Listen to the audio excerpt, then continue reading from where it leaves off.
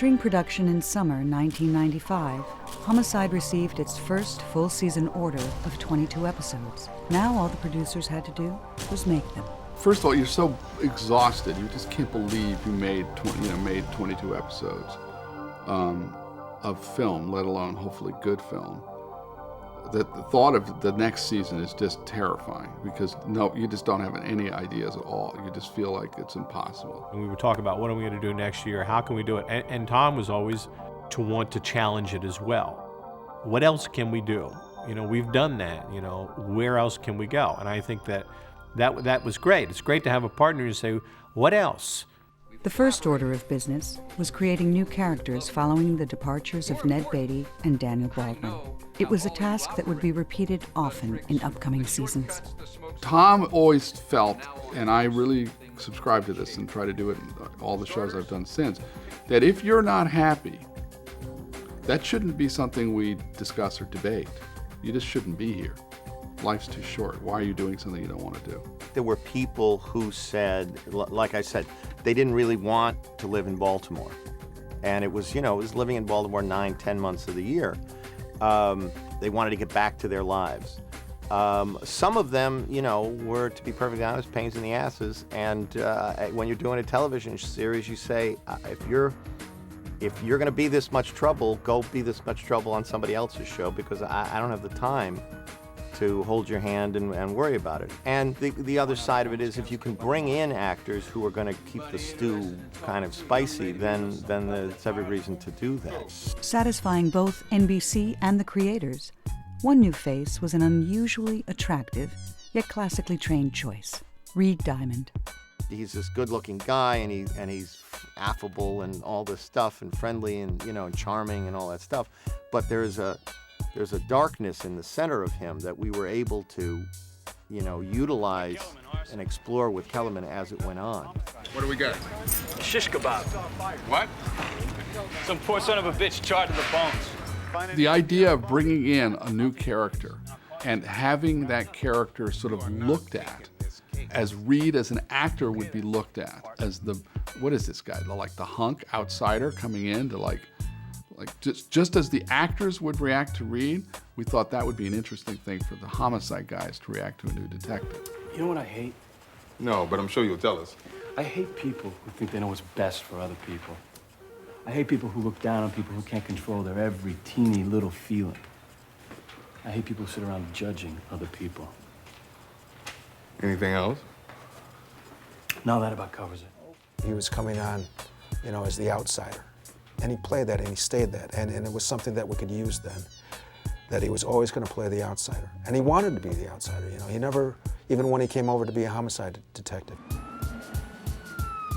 A second outsider character, a unit videographer played by Max Perlich, further blurred the line between drama and documentary. Henry, kept on saying, since we're doing all this handheld camera stuff and we're trying to do this in this kind of semi-documentary style, we had been reading at that time about how a lot of cops were sending videographers out to crime scenes. It was a much more effective way of them looking back and seeing what was at the crime scene than using a still photographer or you just using a regular 35mm camera. I want to thank you for giving me this job, sir. It really means a lot that you've given me this chance to prove myself. You haven't proven yourself to me yet. He's not really solving crimes. It was hard to figure out the sort of the true and graceful way to involve him in stories. What? You got really nice hair. I like that little character. Complicating the mix, my character, Captain Megan Russert, was demoted, saddling the squad with a new burden. That was just an idea, a writer's idea, that appealed to all of us because we've brought a woman into the squad. She's done well and been promoted. Now let's turn all of that against her. Who would be the most interesting character to drop in the middle of this at least 50% African American, now with Isabella, a woman officer as well. Gaffney, the pig. Maybe the captain misdirected you. The last time I looked, this was the homicide unit, not missing persons. I haven't had my happy pill today, Al, so go slow. The sort of shrewd conniving pig. It was just a fun way to toss a hand grenade into the squad room.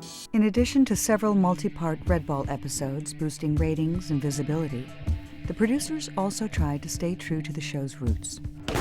The benefit of the Red Ball is obviously that it increases the sort of overt drama. Egads, we got to solve this fast. The danger is the same thing. The danger is if you keep doing it over and over again, it becomes meaningless. Our best shows were often our smallest shows. And I think Tom especially felt strongly about that we had to be always remembered to balance those with things like the sniper show, so that the show didn't become just too much of one thing. Perhaps Homicide's most popular departure was a joint storyline shared with ratings powerhouse Law & Order. The idea surfaced during an industry event in May 1995, hosted by NBC president Warren Littlefield. On this night, this one particular year, sitting there with Barry, Warren, Dick Wolf, Ed Sheeran, and me. And we're just talking, people in the same business, friends, business associates, blah, blah, blah. And somehow this idea came up. Now, none of us can actually remember, and this is rare for Hollywood, none of us are actually willing to take credit for it. So I'm convinced now the waiter was the one who had the idea, that he was standing there going, you ought to do a show together, The trick with that was that the shows are so different. I mean, I can't imagine two more different shows tonally. Our show was about talk, basically. It wasn't about crime. It was about chatter. A friend of mine says, when my time comes, I want to go the way my grandfather went. Just nodding off peacefully, just like he was going to sleep. Not kicking and screaming like the other guys in the car. And Law & Order is all about the crime. It's all it's about. It's procedural. I always thought that show was, and I still think that show was very pat, very easy. And I thought our show was much more complicated. And every time we tried to fit that into this kind of crossover format, we were always I always thought we were cheating ourselves, story-wise. We had to write two scripts that would work together, but yet each maintain the separate voices of the show, which we did. And then since Law & Order was always the more popular show, with the big ratings, it always felt like we were under their writing staff's thumb. Then there were just the logistical difficulties of sending, our people up there and their people bringing them down. The first time we did it, it was tougher than landing the troops at Normandy. It's easy for me with a big cast to say, oh yeah, we'll give you a couple of our actors to go up to New York for a couple days, because I could always write other actors in our show. With them, they have Jerry, and they had Ben Bratt at the time, and they had Sam and Jill Hennessy at the time, and that's it. That's the whole party, So for them to send Jill Hennessy down to Baltimore for a couple of days put an enormous strain on their shooting schedule. We were having a problem coordinating Jill Hennessy being in Baltimore, and she had to be on stage in Law & Order in a courtroom scene. And I don't know if you know this, but Jill has a twin. So Jill's twin sat in the courtroom in New York on Law & Order while Jill shot in Baltimore. So there's this one episode of Law & Order where if you see Jill Hennessy, it's not Jill Hennessy. All the Law & Order actors, all I remember is all they wanted to do was Homicide. They got the writers of Law & Order hated us because their actors suddenly were saying, well, why can't we have stuff like that where we get to act and do stuff instead of just saying, where were you at 7? Good stick. Jerry said to me at one point, he goes, God, I'm having such a good time. And I go, why? And he goes, well, on Law & Order, I basically say, what color was the car, ma'am? He said, now I'm getting talking about, screwing Belzer's ex-wife. He goes, I'm having a ball. Whenever allude to the time we made love at Fort McHenry? Oh, yeah, she did mention that. She said it was great. We never were at Fort McHenry. Okay, what do you want from me? We met, things clicked, we spent a couple of months together. End of story. 1995 also brought rare Emmy nominations for outstanding casting. Andre Braugher as lead actor in a drama series, and guest actress Lily Tomlin for her compelling turn in The Hat. Lily Tomlin was wonderful. We spent hours looking at hats, she and I, and Peter Medic, the director. The rule of thumb is, if you get a good actor, he will give you what you've written. if you get a bad actor, he will destroy the scene. And if you get a great actor, you will watch it and go, I am the most talented writer there is in the world. I forgave Arthur. I even forgave Gertie.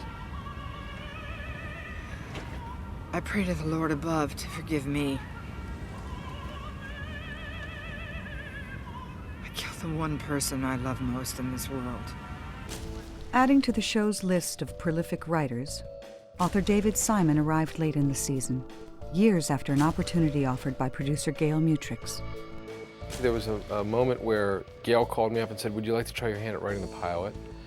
And like an idiot, I said, no, get somebody who knows what they're doing, because I'll mess it up and then there'll be no TV show. And little did I know the phrase, get somebody who knows what they're doing, is never uttered by anyone in Hollywood. Simon based his first story on a real Baltimore murder case. But the detectives he knew from his days as a beat reporter were left at the door. I had to put aside in my mind the characters that I saw when I was in the Homicide unit. There were very few characters that were reflective of the real detectives I knew, which is not to say they were not completely vibrant and worthy of the drama that was written about them. They were interesting to me because I'd watch them I'd consume them like any other viewer. But they had no real connection to me in my head to the book characters, who were very real and a lot less philosophical. You're done. We don't even need a statement from you. We're just gonna get you that FOP lawyer, and then we're gonna drop kick your ass over to central booking. That's it. Boys in the bullpen find out you're a city detective, they'll sell you for parts. There was not a lot of great debate about religion or good or evil. The nature of good and evil was determined based on I have enough to charge or I don't have enough to charge, or he's an asshole or he's not an asshole.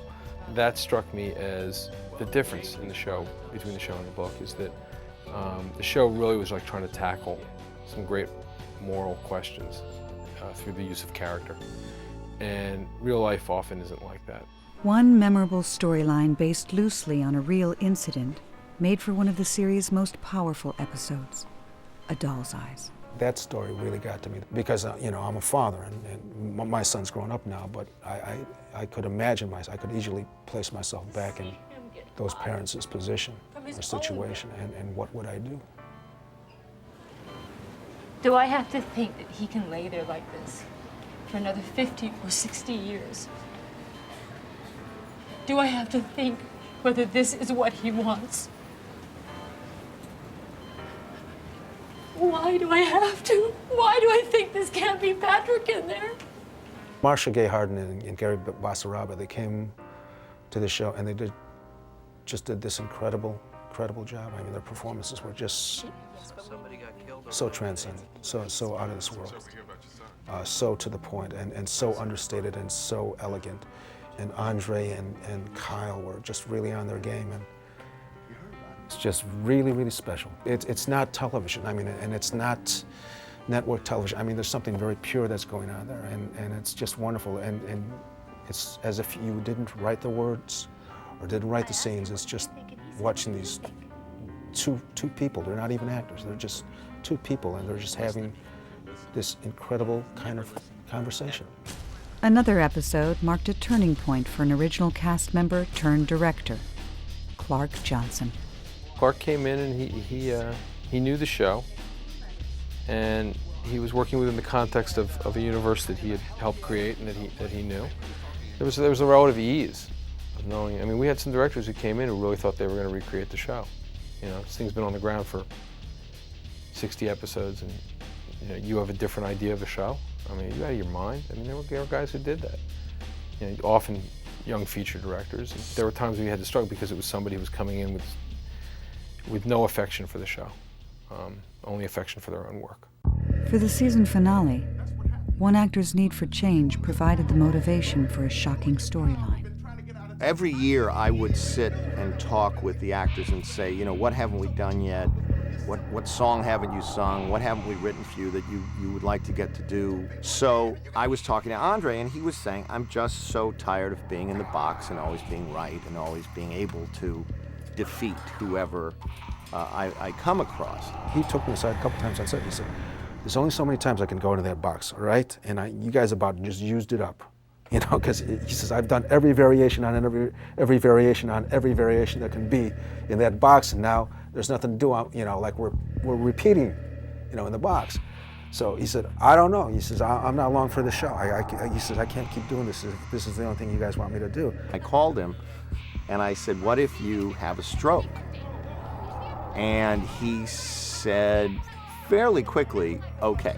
Because my thought at the time was, if we can take the most kind of complex, articulate character that we have and reduce him to zero, and then watch him have to build himself back up over the course of the season, I thought that would be a lot of fun to write. Although helping guide Homicide to some of its greatest successes, the grind of producing had taken a toll on one of the show's strongest voices. Season 5 would see surprising new faces at the helm. You know, it's strange. Tom just called me and said, you know, Henry's going off to do 2 other things. And I said, what are you talking about? Well, I don't know. He feels compelled to be in Los Angeles. And I said, Jesus Christ. It was a family thing. I mean, it was, my wife is also a writer. And when we moved to Baltimore, she could not work, obviously. She was home raising our son. And at a certain point, it seemed only fair for her to be able to come back and work because she missed it. That's really the reason. After 2 years working that hard on that show, there's a part of me that's always, I mean, this has been true of any show I've done, that there's a part of me that's always ready to start doing something new. It's hard to say goodbye to those people if you like them. It was not an easy decision. It was very hard.